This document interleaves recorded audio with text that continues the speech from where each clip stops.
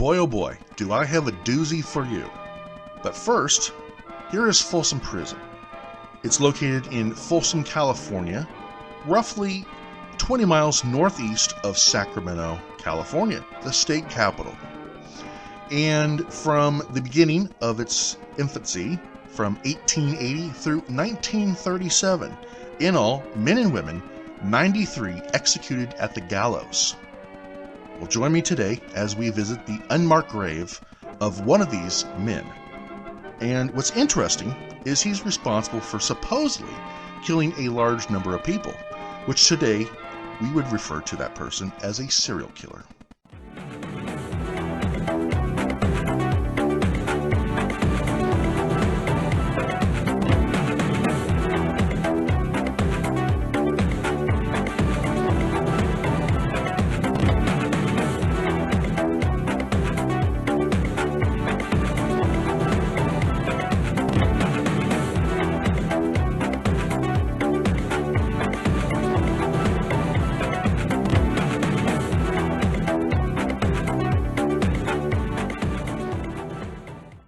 By the looks of my watch, it's officially grave time. Today I'm in Roseville, California, located in Placer County. We're going to visit the Roseville District Cemetery, which was founded in 1864 with its very first burial, that being the very first Justice of the Peace, John Berry. Ironically enough, the cemetery is located on Berry Street. One more piece of interesting history that I would like to share with all of you, I found on the cemetery's website, which states the first cemetery in Roseville was reportedly a boot hill used by wagon trains passing through the area. The cemetery, containing about 63 graves, stood on a knoll at what is now Folsom Road and Douglas Boulevard. The graves were moved to the Berry Street site in 1960 to make room for the Roseville Square. And I have visited this particular Boot Hill cemetery that is now on the premises, and it's actually quite interesting. And if you ever find yourself out here, please do so and check it out. Moving forward, we're going to check out the unmarked grave of Earl Budd Kimball. And he was one of 93 people executed at Folsom Prison, and executions took place by hanging at the gallows. What is interesting, I had some kind of weird mindset that everyone that was executed at Folsom Prison was buried in their cemetery, which, by the way, is off limits to the public, and even family members do not get access to the cemetery. Now, I know someone that formerly worked at Folsom Prison, and for the past couple of years now, they've been trying to get me in to check out the cemetery. Unfortunately, the cemetery is located right next door to the 24/7 firing range. In order to give me access, they would have to cease the firing, and, well, that's kind of a complicated thing. So, chances are I may never get in. But, meanwhile, I am very much interested in finding the graves of those who were executed at Folsom Prison. And so far, I've located a total of 8 graves. So, in all, there are going to be more grave time episodes about those executed at Folsom Prison. In this exact location is the remains of Earl Budd Kimball. Executed on May 22nd, 1936. He was the 88th person to be executed at Folsom Prison out of the total of 93. Now, just to confirm that this is the exact location, which was a huge pain in the butt to look for, because I was assuming there would be a tombstone or some kind of grave marker, but there isn't.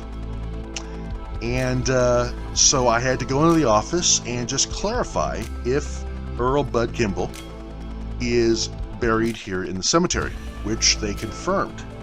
What's interesting is that the people at the cemetery had no idea that he was a former inmate at Folsom Prison and that he was executed, and nor did they know that he might possibly be a serial killer. The following document I'm about to read is from the Washington Times, May 21st, 1936, the day before his execution.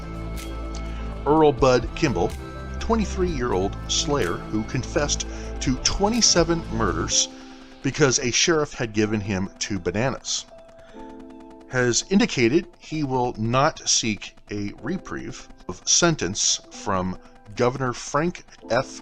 Marin, but will go to the gallows without further fight May 22nd. Kimball was convicted last summer of fatally shooting James C. Kent, Chicago contractor, and an unidentified youth. After he robbed his victims, Kimball hid their bodies in an abandoned mine shaft near Auburn, California. The youthful slayer has lost all his court battles. Following his convictions in Superior Court, the case was taken to the state Supreme Court, where Kimball's guilt was upheld. Both courts also found Kimball sane at the time of the slayings. While held in the Placer County Jail, Kimball, who is a heavy eater, asked Sheriff Elmer Gum for 2 bananas, saying he would tell him something important. After eating the fruit, Kimball calmly confessed to 27 murders. He later retributed the confession. While in prison, Kimball has given officials considerable trouble. On one occasion, he attempted to attack the prison physician. As a result, Kimball is heavily maliced when taken from the death cell for daily exercise. Another time, he attempted to commit suicide by slashing his wrists. I found an article from the Evening Star, August 23rd, 1935, a year prior to the article I just read. This one basically specifies the 27 people that Earl Budd Kimball claims that he killed. Now, they found 2 of the bodies of the people that he's responsible for, and that's why he is serving the time and will be executed at Folsom Prison. But the additional 25 people, well, he only gives small details. And at the time of these killings, he was into mining in the Auburn Hills. And the 2 people that he did kill, they did find their bodies, and it was relating to mining. And what he would do is he would kill the people, and then he would rob them. Now, it brings up 3 other names of people that were missing in that area during the time of the mining. And it specifies that these people went missing, and no one knows where they're at. And it's quite possible that Earl basically might have killed them, however, never gives the details to Sheriff Elmer Gum and his crew looking for the bodies.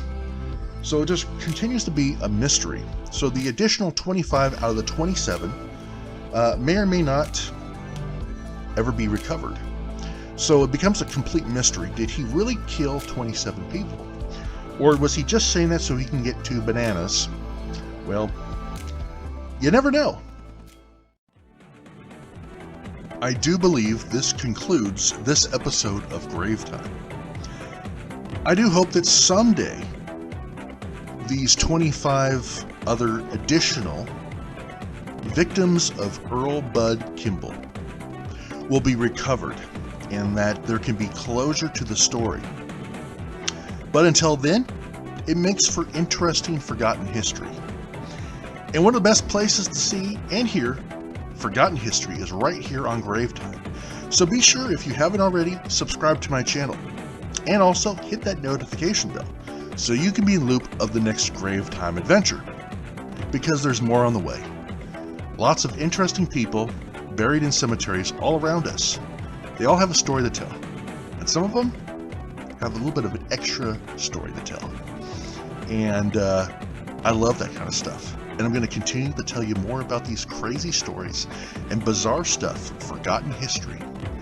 So stick around, subscribe, watch my channel, and enjoy. God bless you all. Have a wonderful day. Bye.